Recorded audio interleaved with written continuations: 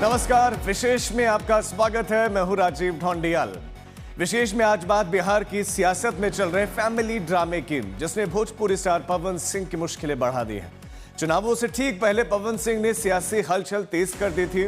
उनके चुनाव लड़ने की अटकलें बढ़ी तो पत्नी की एंट्री ने पूरा खेल बिगाड़ दिया। अब पवन सिंह ने चुनाव न लड़ने का ऐलान किया।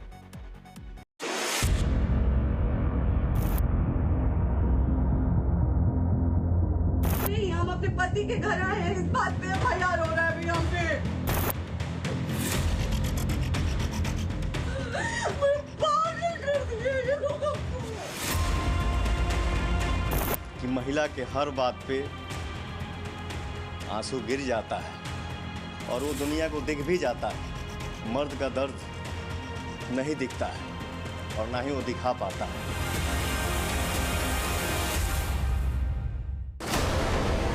क्या एक बार फिर पवन सिंह के साथ खेल हो गया है?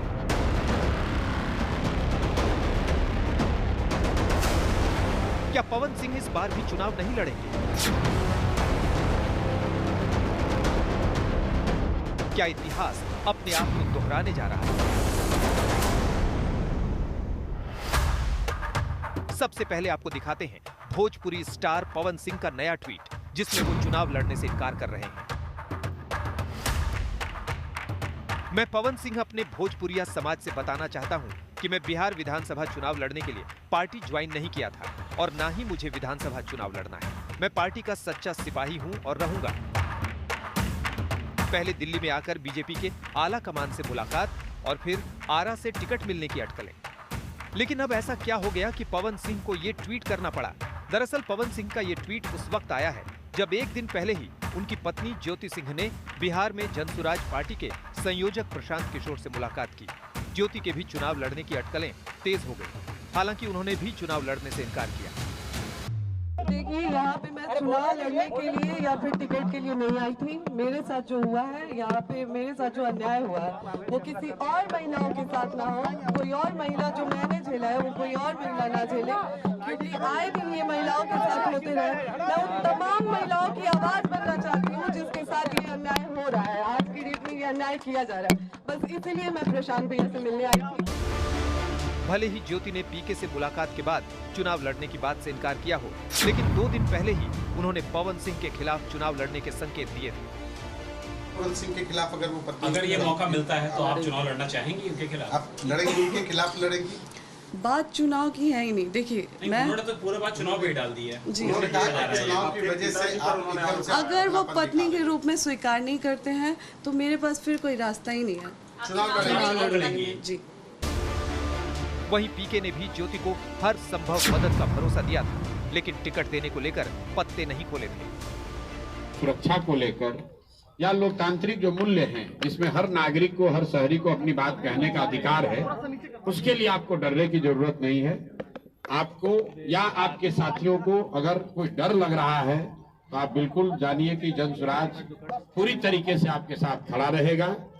आप अपनी लड़ाई लड़िए, न्यायपूर्ण तरीके से लड़िए। विवाद पवन सिंह का पीछा नहीं छोड़ते। 2024 के लोकसभा चुनाव से पहले पश्चिम बंगाल के आसनसोल से टिकट मिला तो विवाद ये हो गया कि पवन सिंह के भोजपुरी गानों में बंगाली महिलाओं के खिलाफ टिप्पणी की गई है। इसके बाद पवन सिंह ने खुद ही चुनाव लड़ने से मना कर दिया और बिहार के काराकाट से निर्दलीय चुनाव लड़ गए। जीत तो नहीं पाए, लेकिन एनडीए के प्रत्याशी उपेंद्र कुशवाहा की हार तय कर गए और बीजेपी और उसके गठबंधन को आसपास की 7 सीटें और हरा गए। अब जब इस बार लग रहा था कि इस बार पवन सिंह को बीजेपी का टिकट मिल जाएगा और वो बिहार में विधानसभा चुनाव लड़ते हुए नजर आएंगे, लेकिन उससे पहले ही पवन सिंह का फैमिली ड्रामा सड़क पर आ गया है। ये समाज का सेवा करेंगे, ये पवन जी समाज की सेवा करेंगे। जो अपनी पत्नी को निकालने के लिए पुलिस बुलवा रहे हैं, ये पवन जी समाज का सेवा करेंगे। करवा लीजिए आप लोग। चुनाव था तो पत्नी को बुला के यूज किए, उसके बाद दूसरी लड़की को लेके होटल गए। जब चुनाव के बाद सब पूछता था ना कि चुनाव के बाद मैं क्यों आ गई अपने घर पे, क्यों आ गए, क्योंकि चुनाव के बाद 20 दिन बाद पवन जी हमारे सामने एक लड़की को लेके होटल गए थे। हम नहीं बर्दाश्त कर सकते थे एक पत्नी होने के नाते, इसलिए हम चले गए थे यहाँ से। और ये पवन जी इंसाफ करेंगे, करिए आप लोग। तारीख थी 5 अक्टूबर और जगह थी लखनऊ।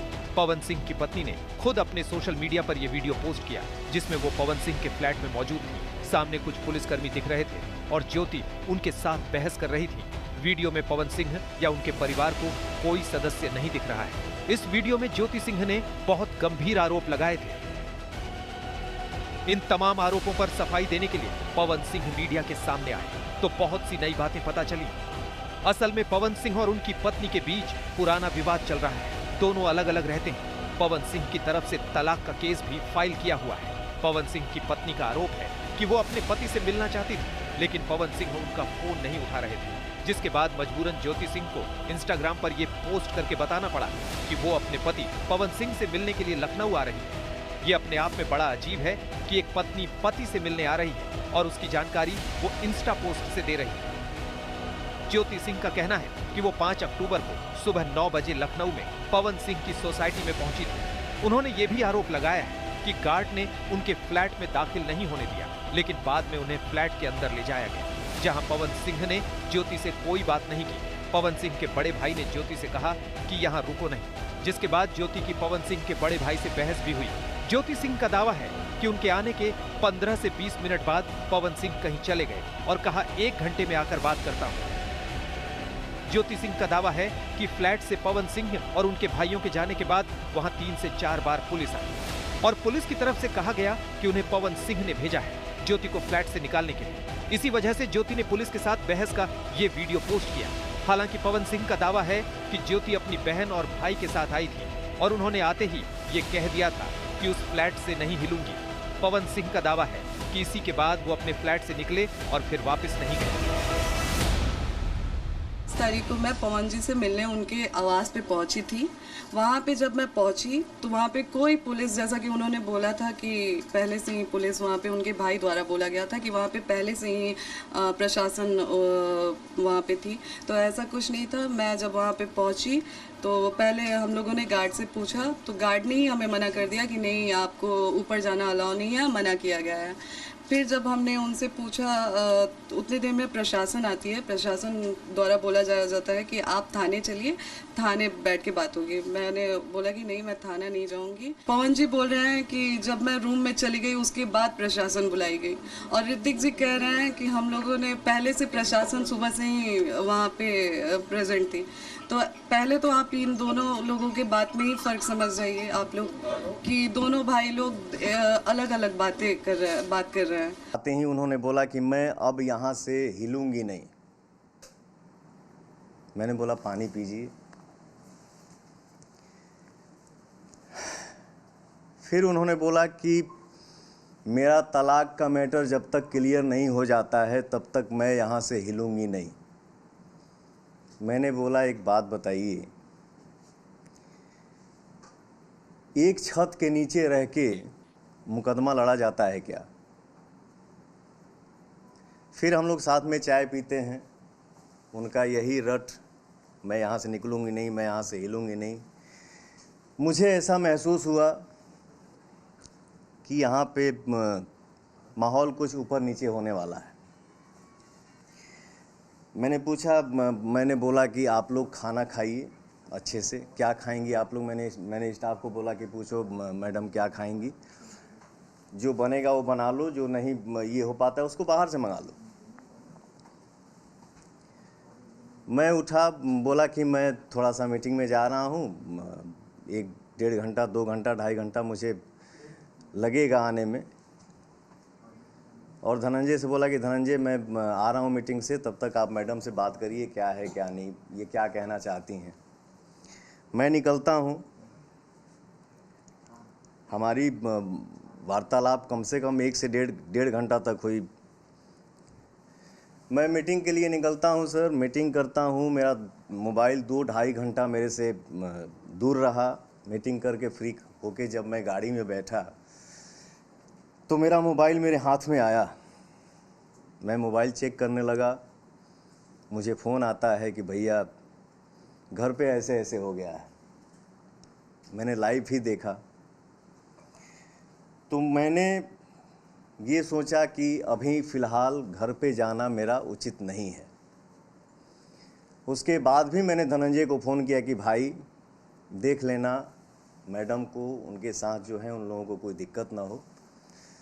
और सर मैं पूरी रात रोड पे गाड़ी साइड करके गाड़ी में ही रहा, रात काटा। मैं पवन जी से मिलने उनके आवास पे पहुंची थी। वहाँ पे जब मैं पहुंची तो वहाँ पे कोई पुलिस, जैसा कि उन्होंने बोला था कि पहले से ही पुलिस वहाँ पे उनके भाई द्वारा बोला गया था कि वहाँ पे पहले से ही प्रशासन वहाँ पे थी, तो ऐसा कुछ नहीं था। मैं जब वहाँ पे पहुँची तो पहले हम लोगों ने गार्ड से पूछा, तो गार्ड ने ही हमें मना कर दिया कि नहीं, आपको ऊपर जाना अलाउ नहीं है, मना किया गया है। फिर जब हमने उनसे पूछा उतनी देर में प्रशासन आती है, प्रशासन द्वारा बोला जाता है कि आप थाने चलिए, थाने बैठ के बात होगी। मैंने बोला कि नहीं, मैं थाना नहीं जाऊंगी। पवन जी बोल रहे हैं कि जब मैं रूम में चली गई उसके बाद प्रशासन बुलाई गई, और ऋतिक जी कह रहे हैं कि हम लोगों ने पहले से, प्रशासन सुबह से ही वहाँ पे प्रेजेंट थी।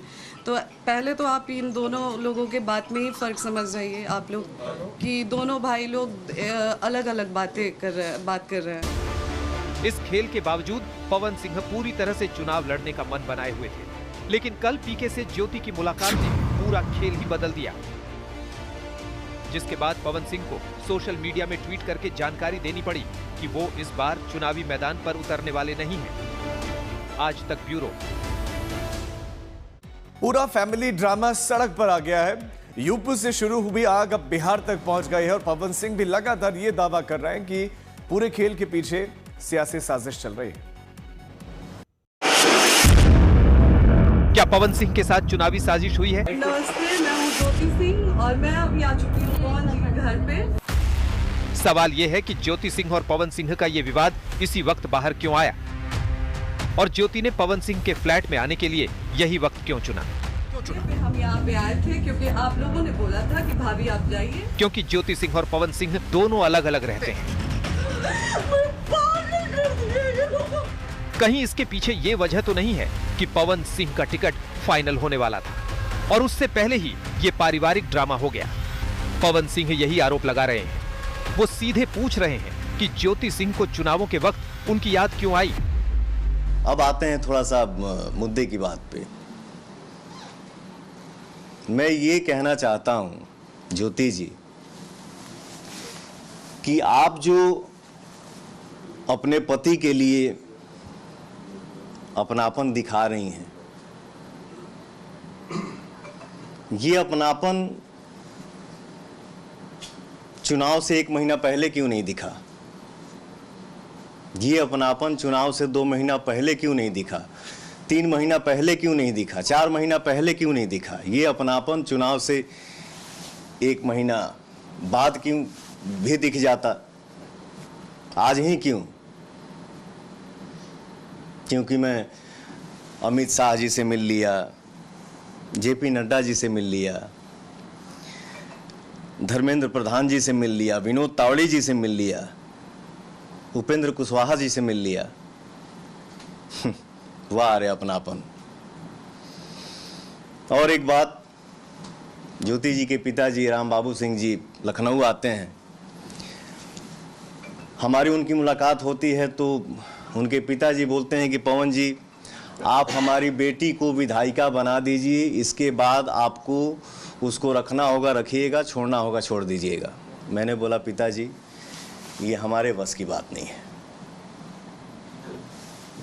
और ज्योति जी विधायिका बनने के लिए आप इतना हद तक गिर सकती हैं, ये मुझे उम्मीद नहीं था।